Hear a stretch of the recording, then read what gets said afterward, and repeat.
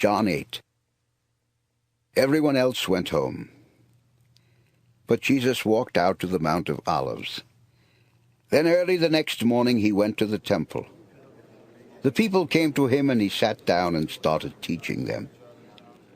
The Pharisees and the teachers of the law of Moses brought in a woman who had been caught in bed with a man who was not her husband.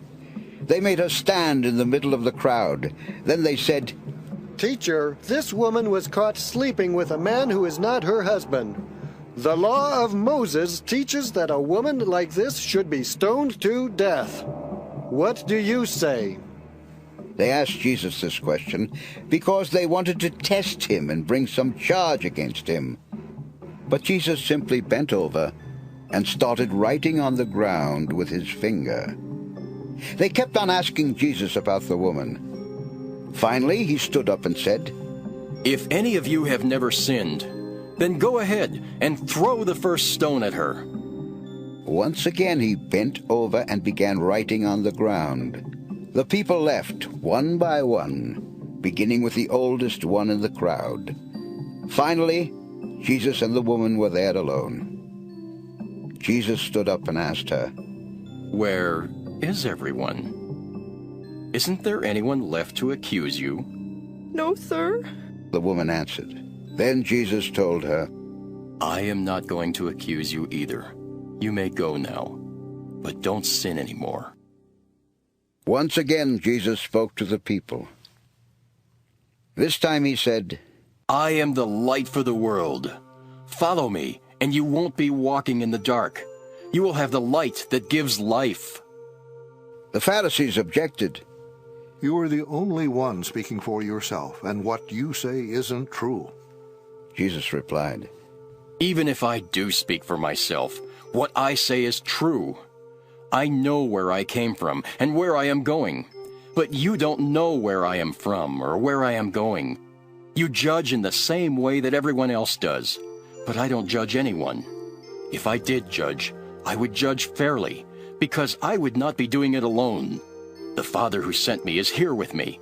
Your law requires 2 witnesses to prove that something is true.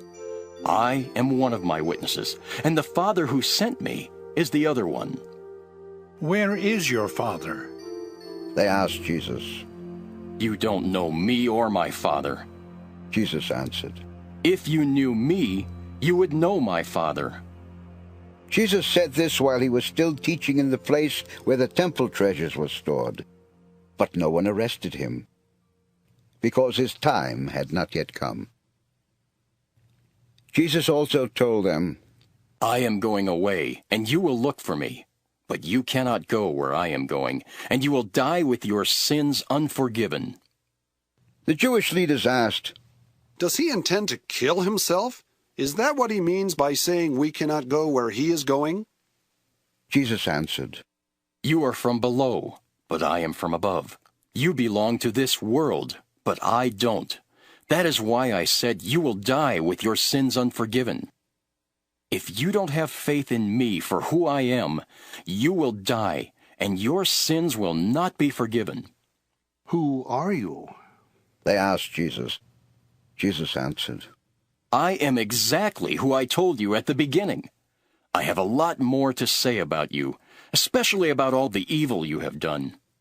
The one who sent me is truthful, and I tell the people of this world only what I have heard from him." No one understood that Jesus was talking to them about the Father.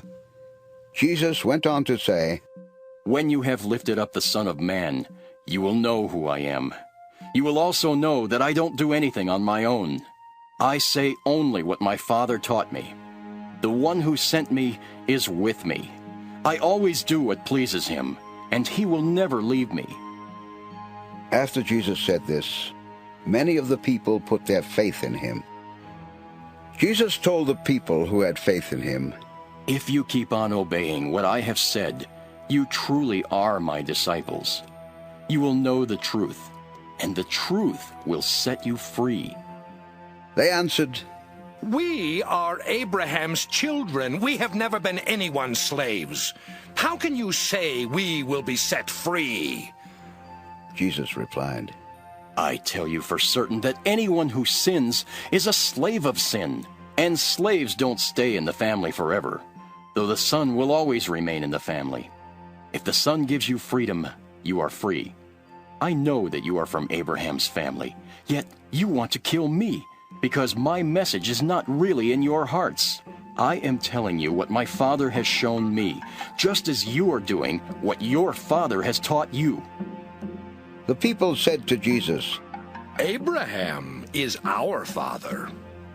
Jesus replied, If you were Abraham's children, you would do what Abraham did. Instead, you want to kill me for telling you the truth that God gave me. Abraham never did anything like that, but you are doing exactly what your father does. Don't accuse us of having someone else as our father. They said. We just have one Father, and He is God. Jesus answered, If God were your father, you would love me, because I came from God, and only from Him. He sent me. I did not come on my own. Why can't you understand what I am talking about? Can't you stand to hear what I am saying? Your father is the devil, and you do exactly what he wants. He has always been a murderer and a liar. There is nothing truthful about him. He speaks on his own, and everything he says is a lie. Not only is he a liar himself, but he is also the father of all lies. Everything I have told you is true, and you still refuse to have faith in me. Can any of you accuse me of sin? If you cannot, why won't you have faith in me? After all, I am telling you the truth. Anyone who belongs to God will listen to his message. But you refuse to listen because you don't belong to God. The people told Jesus, We were right to say that you are a Samaritan and that you have a demon in you. Jesus answered, I don't have a demon in me. I honor my Father, and you refuse to honor me. I don't want honor for myself, but there is one who wants me to be honored, and he is also the one who judges. I tell you for certain that if you obey my words, you will never die. Then the people said, Now we are sure that you have a demon. Abraham is dead, and so are the prophets. How can you say that no one who obeys your words will ever die? Are you greater than our father Abraham? He died, and so did the prophets. Who do you think you are? Jesus replied, If I honored myself, it would mean nothing. My Father is the one who honors me. You claim that he is your God, even though you don't really know him. If I said I didn't know him, I would be a liar just like all of you. But I know him, and I do what he says. Your father Abraham was really glad to see me. You are not even 50 years old. They said, How could you have seen Abraham? Jesus answered, I tell you for certain that even before Abraham was, I was, and I am. The people picked up stones to kill Jesus, but he hid and left the temple.